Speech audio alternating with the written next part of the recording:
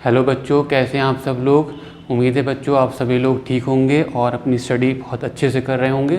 ठीक है, तो बच्चों हम लोग क्या स्टडी कर रहे थे, हम लोग पढ़ रहे थे यूनिट 3 क्लास 10 का केमिस्ट्री का। ठीक है, तो यूनिट 3 में हमने अब तक क्या स्टडी कर लिया है। हमने स्टडी करी physical properties of metals, physical properties of non metals. ठीक है, और प्रेजेंटली हम लोग स्टडी कर रहे हैं केमिकल प्रॉपर्टीज़ ऑफ मेटल्स। ठीक है, और केमिकल प्रॉपर्टीज़ ऑफ मेटल्स में भी हमने देख लिया कि मेटल ऑक्सीजन के साथ रिएक्ट करके क्या बना रहा है, मेटल ऑक्साइड बना रहा है। फिर हमने देखा मेटल जो है मेटल का रिएक्शन देखा हमने वाटर के साथ। ठीक है, हॉट वाटर के साथ देखा, कोल्ड वाटर के साथ देखा। ठीक है, और हमने देखा स्टीम के साथ रिएक्ट करके क्या बना रहा है। ठीक है, तो बच्चों अब हम जो नेक्स्ट केमिकल प्रॉपर्टी स्टडी करने जा रहे हैं वो है reaction of metal with dilute acid. कौन सा एसिड? Dilute acid. ठीक है, तो मैंने शायद एसिड बेस और सॉल्ट में आपको थोड़ा सा बताया भी था कि एक हमारे कंसनट्रेटेड एसिड होता है जो बिल्कुल प्योर होता है, जिसमें समझ लिए बहुत ही लिटिल अमाउंट ऑफ वाटर हो गया, 0% ही समझ लिए बिल्कुल प्योर एसिड माना जाता है कंसनट्रेटेड। और कंसनट्रेटेड एसिड से ही हम डाइल्यूट एसिड बनाते हैं जब उसके अंदर हम वाटर मिला देते हैं। ठीक है, तो बल्कि ये समझ लीजिए डाइल्यूट एसिड ऐसे बनाया जाता है कि वाटर के अंदर कंसनट्रेटेड एसिड डाला जाता है। ठीक है, तो वाटर प्लस कंसनट्रेशन एसिड ही हमारा डाइल्यूट एसिड होता है। ठीक है, जिसकी स्ट्रेंथ कम होती है as compare to concentrated acid. तो बच्चों देखिए हमारा अब क्या हेडिंग आ गई, रिएक्शन ऑफ, मैंने अभी बताया था आपको रिएक्शन ऑफ मेटल विद कौन सा एसिड करेंगे हम, डाइल्यूट एसिड से हम देखेंगे क्या रिएक्शन होता है। तो बच्चों जब भी मेटल हमारा डाइल्यूट एसिड से रिएक्ट करेगा तो वो मेटल सॉल्ट बनाएगा और हमारा क्या प्रोड्यूस होगा, हाइड्रोजन गैस होगा। ठीक है बच्चों, तो वही रिएक्शन मैंने लिख दी है यहाँ पर, आपको एक दफ़ा पढ़ के ही बता देता हूँ। अच्छा ऐसा है कि इसमें एक बात और बतानी है आपको कि इसमें कुछ मेटल्स जो होते हैं वो रैपिडली रिएक्ट कर जाते हैं, तेज़ी के साथ रिएक्ट कर जाते हैं डाइल्यूट एसिड के साथ, जैसे सोडियम पोटेशियम हो गए, हाईली रिएक्टिव हैं। ठीक है बच्चों, कुछ थोड़ा सा लेस रैपिडली करते हैं। ठीक है, और कुछ को हमें जैसे मैंने बताया था वाटर को हीट करना पड़ता है मेटल से रिएक्ट कराने के लिए, ऐसे ही हमें कुछ मेटल्स का क्या होता है डाइल्यूट एसिड से रिएक्शन कराने के लिए हमें हीट की ज़रूरत ही पड़ती है, हीट भी कराना पड़ता है। और बच्चों कुछ मेटल हमारे ऐसे भी हैं जो बिल्कुल भी रिएक्ट नहीं करते, चाहे आप कैसा भी डाइल्यूट एसिड उसके पास लिया है, कोल्ड लिया है, चाहे उसको हॉट करें चाहे। ठीक है, तो देखिए बच्चों वही चीज़ मैंने जो आपको बताया लिख दिया है यहाँ पर, आप नोट कर लीजिएगा इसको। क्या है आपका, मेटल्स यूजुअली डिस्प्लेस कर देते हैं, usually displace hydrogen from dilute acids. ठीक है, और बच्चों मैंने फर्स्ट यूनिट में आपको एक रिएक्टिविटी सीरीज भी बताई थी, अभी इस यूनिट में ही बताऊंगा, इसी यूनिट का पार्ट है वो। रिएक्टिविटी सीरीज कह लिए, उसको एक्टिविटी सीरीज भी बोलते हैं। जो भी हमारे मेटल्स हाइड्रोजन से ऊपर हैं, ठीक है, वही हाइड्रोजन को डिस्प्लेस कर पाते हैं वाटर में से या किसी कंपाउंड में से। ठीक है, तो देखिए वो अभी देखेंगे उसको भी क्या है हमारा, ये मैंने बता दिया।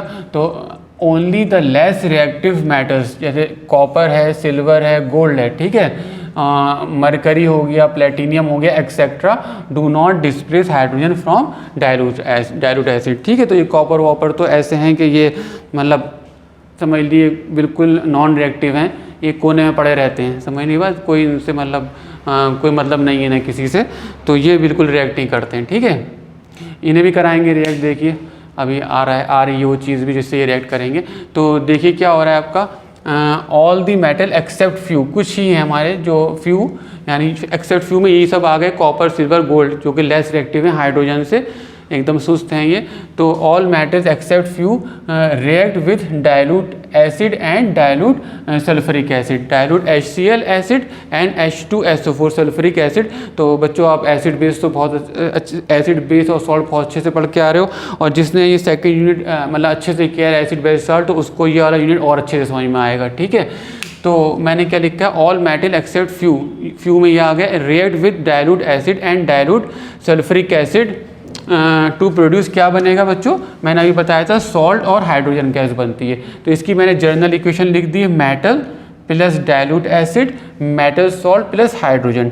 ठीक है बच्चों, तो पहले मैंने HCl का एग्जाम्पल दे दिया है। ठीक है, ये HCl। ठीक है, तो सोडियम क्योंकि हाईली रिएक्टिव है सोडियम पोटेशियम, तो सबसे पहले सोडियम का दे दिया, फिर उसके बाद मैग्नीशियम का नंबर आएगा, फिर अल्युमिनियम, जिंक के बाद आयरन का आयरन का नंबर आएगा और आयरन के बाद आएगा आपका कॉपर। कॉपर तो रिएक्ट ही नहीं करेगा, ठीक है।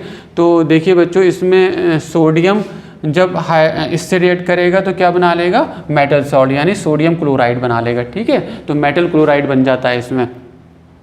और हाइड्रोजन गैस ऐसी देखिए बच्चों सब सिमिलर ही है। मैग्नीशियम जब रिएक्ट, ये सारी बैलेंस्ड रहेंगी, ठीक है। आपको बैलेंसिंग करना मैंने सिखाई थी, तो यूनिट फर्स्ट का पार्ट है वो। तो मैग्नीशियम जब हमारा HCl से रिएक्ट करेगा तो क्या बन जाएगा, मैग्नीशियम क्लोराइड और हाइड्रोजन गैस। ऐसे अल्मोनियम, ठीक है। तो आप चाहो तो लिख लेना इसके नीचे सोडियम मेटल हाइड्रोक्लोरिक एसिड। मैंने कि आप लोग पढ़ते पढ़ते माशाल्लाह आप लोग इतने फेमिलियर हो चुके हैं कि इनके नाम आपको याद हो गए होंगे, तो ज़रूरत नहीं है। सोडियम क्लोराइड बन गया, मैग्नीशियम क्लोराइड बन गया, अल्मोनियम क्लोराइड बन गया, ठीक है। जिंक क्लोराइड बन गया, ठीक है। और देखिए कॉपर, देखिए नॉन रिएक्टिव है, ठीक है। तो कॉपर जब डाइल्यूट की बात हो रही है, डाइल्यूट HCl, ये सब डाइल्यूट हैं बेटा, सारे डाइल्यूट हैं। आप चाहो तो लिख लेना इनके नीचे। तो कॉपर जब डाइल्यूट HCl से हाइड्रोक्लोरिक एसिड से होगा तो नो रिएक्शन, कोई रिएक्शन नहीं होगा, ठीक है। ये रिएक्ट नहीं करता, ठीक है बच्चों। और ऐसे ही मैंने अभी आपके स्क्रीन पे आ जाएगा कि मैंने इन्हीं सब का रिएक्शन सल्फ्यूरिक एसिड से भी करा है, ठीक है। तो उसमें भी वही होगा। उसमें क्या होगा, आपका सल्फेट सॉल्ट फॉर्म हो जाएगा और हाइड्रोजन गैस होगी, यही रिएक्शन होगा। मेटल सॉल्ट ही बनेगा जब सल्फ्यूरिक एसिड से बनाएंगे, तो मेटल सॉल्ट और हाइड्रोजन गैस प्रोड्यूस होती है उसमें भी, ठीक है। तो वो अभी आपके स्क्रीन पे आ जाएगा, आप लोग उसको भी अपनी कॉपी में नोट कर लीजिएगा, ठीक है। जैसे यहाँ सोडियम क्लोराइड बन रही है तो वहाँ सोडियम सल्फेट बन जाएगा, मैग्नीशियम सल्फेट बन जाएगा, ठीक है बच्चों। तो इसको आप पॉज करके नोट कर लीजिए। बच्चों अभी हमने देखा reaction of metal with dilute acid, ठीक है। डाइल्यूट एसिड में मैंने HCl का लिया एग्जाम्पल और आपका सल्फ्यूरिक एसिड का बताया, ठीक है।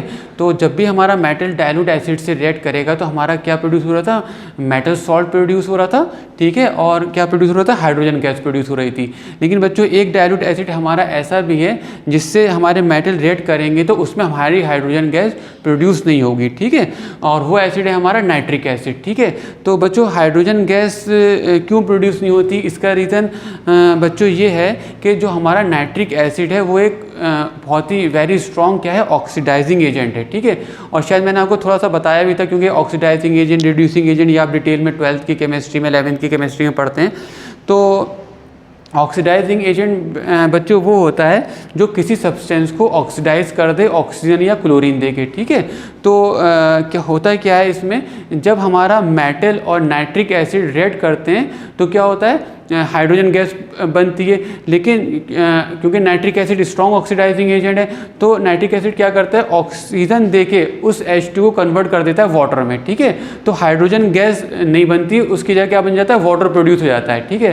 तो इसलिए नाइट्रिक एसिड और मेटल का रिएक्शन होता है तो इस केस में हमारा जो है क्या प्रोड्यूस नहीं होता है, हाइड्रोजन गैस प्रोड्यूस नहीं होती है। और बच्चों क्या करता है ये, इसको हाइड्रोजन को तो ऑक्सीडाइज कर देता है लेकिन खुद रिड्यूस हो जाता है, किसमें, नाइट्रोजन मोनोऑक्साइड में, नाइट्रोजन मोनोऑक्साइड में और नाइट्रोजन डाइऑक्साइड में ये कन्वर्ट हो जाता है, ठीक है। तो बच्चों वही मैंने यहाँ पे लिख दिया है जो मैंने अभी आपको समझाया, ताकि आप लोग इसको नोट कर लें, आपके पास आ जाए नोट्स के अंदर। तो मैं इसको पढ़ दे रहा हूँ एक दफ़ा, आप इसको नोट कर लीजिएगा। क्या है देखिए, when a metal react with dilute nitric acid then hydrogen gas is not evolve, is not, इसको डबल कर दे रहे हैं, ये इंपॉर्टेंट है, इज नॉट एवॉल्व, नहीं निकलती। क्यों नहीं निकलती, because nitric acid is a very strong oxidising agent, ठीक है। क्या करेगा ये, हाइड्रोजन को क्या कर देगा, ऑक्सीडाइज कर देगा वाटर में, strong. So as hydrogen gas is form, जैसी हाइड्रोजन गैस फॉर्म्ड होगी कब, in the reaction, so as hydrogen gas is formed in the reaction between metal and dilute nitric acid, the nitric acid क्या करेगा, oxidise कर देगा this H, इसको किसमें, पानी में, वाटर में कन्वर्ट कर देगा, ऑक्सीजन देके इसको टू वाटर में, ठीक है। और ख़ुद किस रिड्यूस हो जाएगा, and itself get reduce to any of the nitrogen oxide, ठीक है। तो ये हमारी किस में कन्वर्ट हो जाएगा अपने आप, nitric acid, die nitrogen monoxide, nitrogen monoxide और नाइट्रोजन डाइऑक्साइड में कन्वर्ट हो जाएगा, ठीक है। देखिए रिएक्शन भी लिखा है मैंने, मेटल, अगर आप मेटल रिएक्शन कराएंगे किससे, डाइल्यूट नाइट्रिक एसिड से, तो सॉल्ट प्रोड्यूस होगा और ये गैस के फॉर्म में हो जाएगा। क्या है ये, die nitrogen monoxide, nitrogen monoxide and nitrogen dioxide और वाटर बना हमारा इसमें, देखा आपने। लेकिन बच्चों इसमें एक्सेप्शन भी है।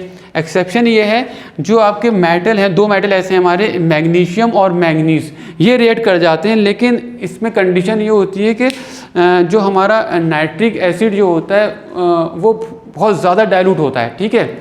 अब जब हमने बहुत ही ज़्यादा डाइल्यूट कर दिया नाइट्रिक एसिड को, तो ये क्या हो जाता है, एक वीक ऑक्सीडाइजिंग एजेंट बन जाता है, और वीक इतना वीक हो जाता है कि ये हाइड्रोजन को क्या करता है, ऑक्सीडाइज नहीं कर पाता है वाटर में, ठीक है। इसलिए जब मैग्नीशियम और मैंगनीज से जब रिएक्ट होता है, किसका, वेरी डाइल्यूट लिया है हमने, डाइल्यूट नहीं है, वेरी डाइल्यूट HNO3, तो इस केस में आपका जो होगा हाइड्रोजन गैस प्रोड्यूस हो जाएगा। ये एक्सेप्शन है। क्या है हमारा, magnesium dilute nitric acid, magnesium dilute nitric acid लिया हमने, क्या बन गया हमारा, मैग्नीशियम नाइट्रेट, ठीक है। सॉल्ट तो मैं आपको पढ़ा ही चुका हूँ, ठीक है। जब क्या था, जब उससे रेड कर रहे थे किससे, HCl से, तो क्लोराइड बन रहा था हमारा, और सल्फ्यूरिक एसिड सल्फेट बनता है, नाइट्रिक एसिड तो नाइट्रेट बनेंगे सारे सॉल्ट, तो ये मैग्नीशियम नाइट्रेट बन जाएगा आपका, और हाइड्रोजन गैस निकल रही है। ऐसे देखिए, मैंगनीज हमने लिया, इसको हमने dilute nitric, very dilute nitric acid से रेड कराया, तो हमारा क्या बन रहा है, मैंगनीज नाइट्रेट बन रहा है, और क्या बन रहा है, मैंगनीज नाइट्रेट बन रहा है, और क्या बन रहा है, हाइड्रोजन गैस बन रही है, ठीक है बच्चों। तो ये एक्सेप्शन है मैग्नीशियम और मैंगनीज का, लेकिन इसमें कंडीशन ये है कि आपका जो नाइट्रिक एसिड होना चाहिए वो बहुत ही ज़्यादा very very dilute nitric acid react कराएंगे, तब ऐसा होगा। और मैंने बता दिया वो इस वजह से होगा कि जो आपका वेरी डाइल्यूट नाइट्रिक एसिड है वो वीक ऑक्सीडाइजिंग एजेंट है, और इसकी वजह से वो हाइड्रोजन गैस को ऑक्सीडाइज नहीं कर पाएगा वाटर में, और इसमें हाइड्रोजन गैस ही प्रोड्यूस होगी, सॉल्ट और हाइड्रोजन गैस प्रोड्यूस होगी, ठीक है बच्चों। तो बच्चों ये आप पॉज करके नोट कर लिए। तो बच्चों अभी हमने देखा reaction of metal with acid, ठीक है। लेकिन बच्चों हमने ये देखा कि जो कुछ तो मेटल हमारे रिएक्ट कर रहे हैं एसिड से और अपना मेटल सॉल्ट बना रहे हैं और हाइड्रोजन गैस निकल रही है, लेकिन बच्चों कुछ मेटल ऐसे भी हैं जो एसिड से रिएक्ट नहीं कर रहे।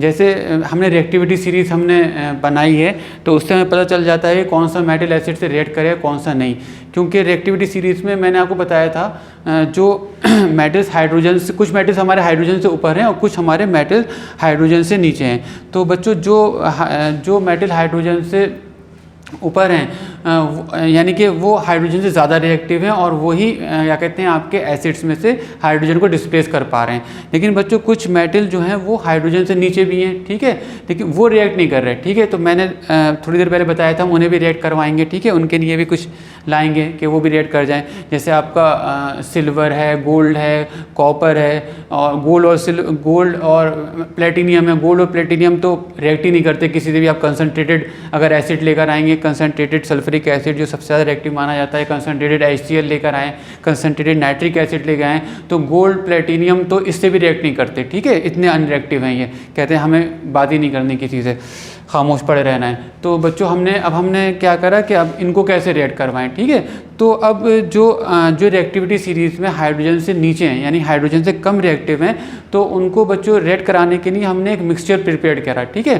तो वो मिक्सचर क्या था, वो मिक्सचर हमने बनाया दो एसिड्स को मिला के, ठीक है, और उसी को हम बोलते हैं एक्वा रिजिया। क्या बोलते हैं, एक्वा रिजिया, और इसको आप रॉयल वाटर के नाम से भी जाना जाता है। तो हो सकता है टेस्ट वगैरह में एक्वा रिजिया की जगह रॉयल वाटर यानी शाही पानी, रॉयल ROYL।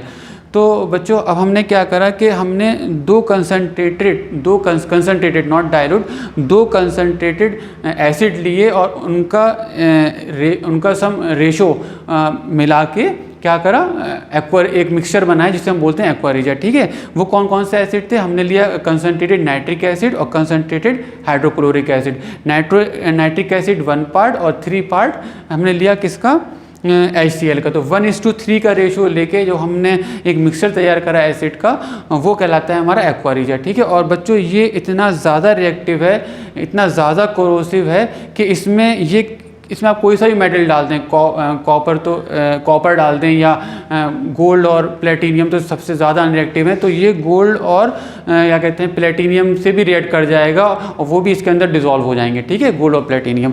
तो बच्चों यही सब है जो मैंने आपको बताया, यही मैं आपको नोट करवा दे रहा हूँ। देखिए क्या है, मैंने क्या बताया, एक्वा रिजिया रॉयल वाटर है ये। Aqua regia is a freshly prepared mixture of 1 part of concentrated nitric acid and 3 part of concentrated HCl hydrochloric acid. ठीक है, तो हमारा क्या बन जाएगा एक्वा रीजा। तो रेशो कितना हो गया 10, the ratio of concentrated HNO3 and concentrated HCl in aqua regia is 1:3 का रेशो। वही याद रखिएगा 1:3 का रेशो होता है। ठीक है, 1 part HNO3 है और 3 part HCl है कंसनट्रेटेड। ठीक है बच्चों, अब देखिए वो पॉइंट है अभी जो मैंने जो बताया वो aqua regia is a highly corrosive fuming liquid. Corrosive means इसके अंदर सारे मेटल डिजॉल्व हो सकते हैं, इवन गोल्ड एंड प्लेटिनियम तक, जो बिल्कुल अनरिएक्टिव हैं। तो मैंने आगे लिख दिया है वही। और फ्यूमिंग लिक्विड का मतलब ये अगर आप इसको बेकर में या गिलास में लेंगे तो इसमें से फ्यूम्स नज़र आएगा, धुआं सा निकलता हुआ आएगा, नज़र आएगा निकलता हुआ। ठीक है, तो aqua regia can dissolve all metals, सारे मेटल्स को ये डिजॉल्व कर सकता है। ठीक है बच्चों, फॉर एग्जांपल देख लिए aqua regia can dissolve even gold and platinum metal. तो ये जो बिल्कुल अनरिएक्टिव मेटल है ये भी इसके अंदर डिजॉल्व हो जाते हैं बच्चों। ठीक है बच्चों, इसमें एक चीज़ और बतानी है कि आपका गोल्ड और प्लेटिनियम मेटल जो है वो अगर आप सिर्फ अगर आप लेते हैं कंसनट्रेटेड HCl लेंगे या कंसनट्रेटेड नाइट्रिक एसिड लेंगे तो ओनली कंसनट्रेटेड HCl और ओनली कंसनट्रेटेड HNO3 से गोल्ड और प्लेटिनियम रिएक्ट नहीं करेंगे। ठीक है, या सल्फ्यूरिक एसिड लिया है कंसनट्रेटेड, वो भी बहुत हाईली रिएक्टिव होता है। तो ये गोल्ड और प्लेटिनियम सिर्फ कंसनट्रेटेड HCl या नाइट्रिक एसिड सल्फ्यूरिक एसिड से रिएक्ट नहीं करेंगे। आपको इसका मिक्सचर प्रिपेयर करना पड़ेगा एक्वा रीजा, उसी में ये रिएक्ट करेंगे, उसी में ये डिजॉल्व होंगे। तो इस बात को भी आप थोड़ा सा नोट कर लीजिएगा।